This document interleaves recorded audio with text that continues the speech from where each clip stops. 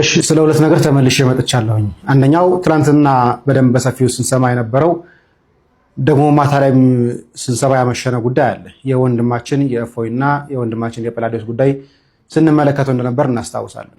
ታዲያ ሁለት ጥሪዎችን ለማቅረብ የተመጣሁት አንደኛው ከዚህ በፊት እስልምና ላይ ስንሰራ የነበሩ ወንድሞችና እህቶች በተቻለ መጠን በፍጥነት ወደ እስልምናው ትምህርት ገብተን የጠፉትን ወንድሞቻችንና እህቶቻችን ልንመልስ ይገባል። በተለይ በደንብ ስንሰራ የነበረንና የጠፋን ሰዎች ስላለን በደንብ ስለምንተዋወቅ ማለት ነው። እኔም ጨምሮ በዩቲዩብም ቢሆን ከዚህ በኋላ በቲክቶክ በሰፊው የምመለስበት ነው የሚሆነው። ሁለተኛው ግን በተለይ ወኛ ወንድሞቻችን ላይ በተለይ ብዙ ተከታይ ያላችሁ ወንድሞቻችንና እህቶቻችን አላችሁ፣ በጣም የምናውቃችሁ እስካሁን ድረስ ለወንድሞቻችን ምንም አይነት ድምፅ ያልሆናችሁ ሰዎች እያየን ያለ ነው። ወንድማችን እፎይና ወንድማችን ጰላዲዮስ ቢገደሉ ኖሮ ምናልባት ጥቁር ለብሰው ዛሬ ልንወጣ እንችል ሊሆን እንደዛ ነበር ሀሳባችን የነበረው።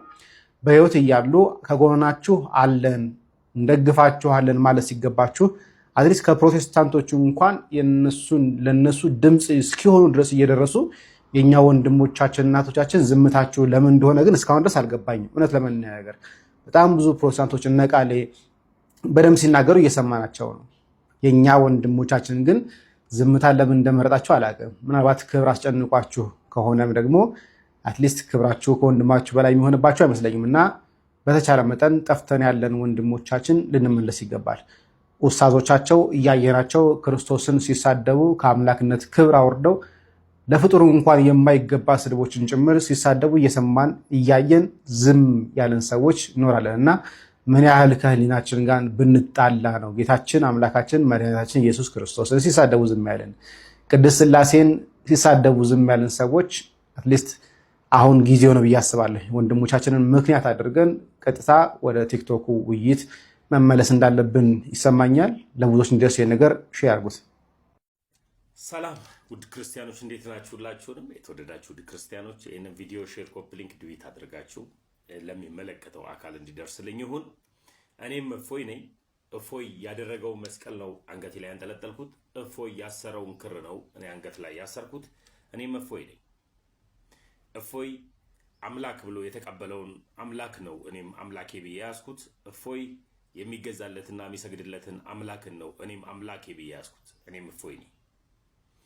እፎይን በምንም ጉዳይ ያለ ማስረጃና ያለ መረጃ ስለ እውነት የተናገረ ድንቅ ክርስቲያን እንጂ እስልምናን ያልተሳደበ እስልምናንም ደግሞ ያላንቋሸሸ መሆኑን በምር እመሰክርለታለሁ።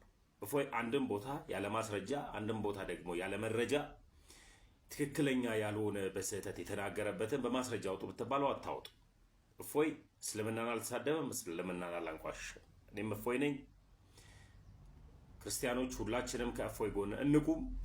ሁላችሁም ይሄንን ቪዲዮ ሼር፣ ኮፒ ሊንክ፣ ሪፖስት አድርጉ፣ ለሚመለከተው አካል ይድረስ። እኔም እፎይ ነኝ። አመሰግናለሁ። አየሁ ይሄን አምላክ ይታያል አየህ ይሄን ሽማግሌ አየህ። ግን በክርስትና ዓለም እግዚአብሔር ስለጠጣና ስለሰከረ ብቻ ጀግና ይባላል። ይሄ በጣም የሚያስቅ ነገር ነው። የሰከረ ሰው ሰካራም ነው። ጀግና ሊባል አይችልም። የእግዚአብሔርን ብልትና ጡት የሆነ ጋር መተውሰድ በሉት። እናንተ ስትናገሩት ልክ ክርስቲያኑ ሲናገረው ደግሞ ስህተት የሚሆንበት ምንም አይነት ነገር የለም። ወንድሞቻችን ላይ የግድያ ዛቻና ማስፈራሪያ እየላካችሁ ልታሸማቅቁ የምትሞክሩትን ነገር አደብ ግዙ።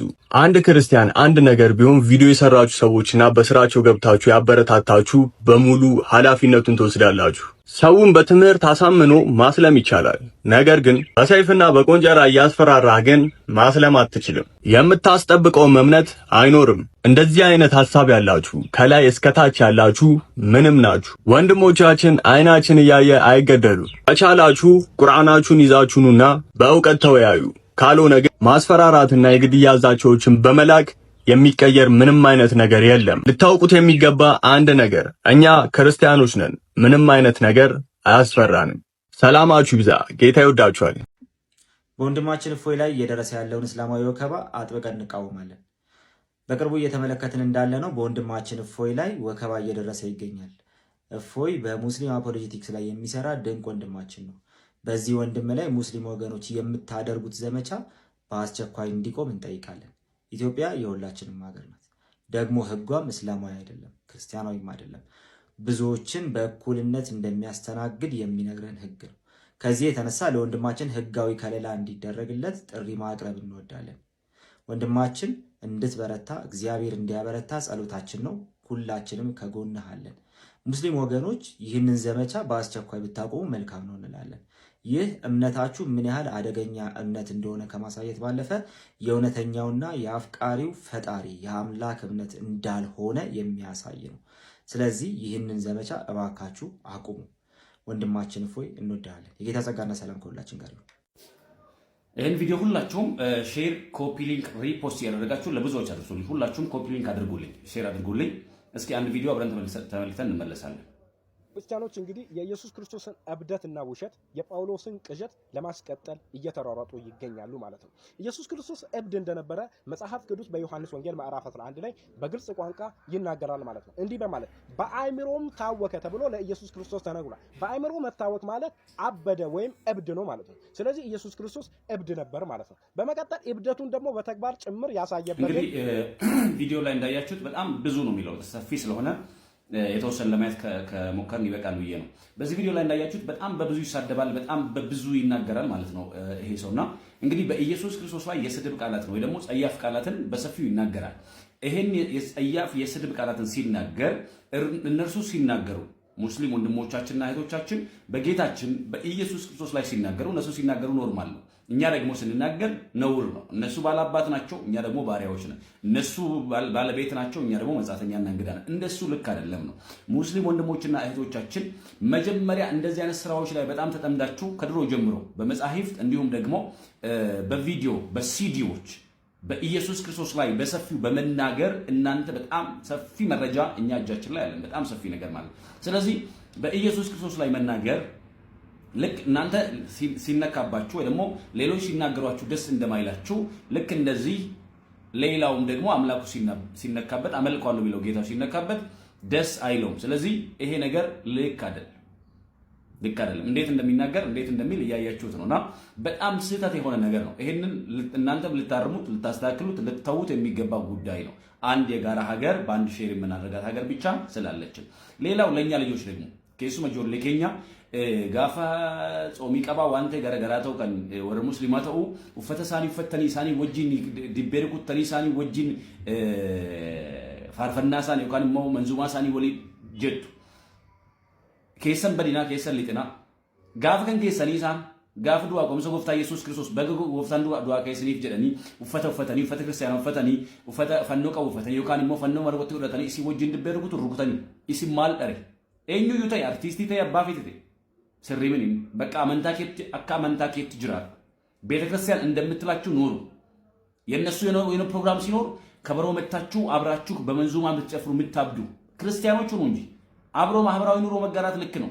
ግን እነርሱ የትንሣኤ ቀን አብረው መጥተው እኛን ልብስ ለብሰው መስቀል አጥልቀው ከኛ ጋር መዝሙር ይዘምራሉ እንዴ? ክርስቶስ ተንሥአ እሙታን እያሉ ይዘምራሉ እንዴ? አይዘምሩም እኮ።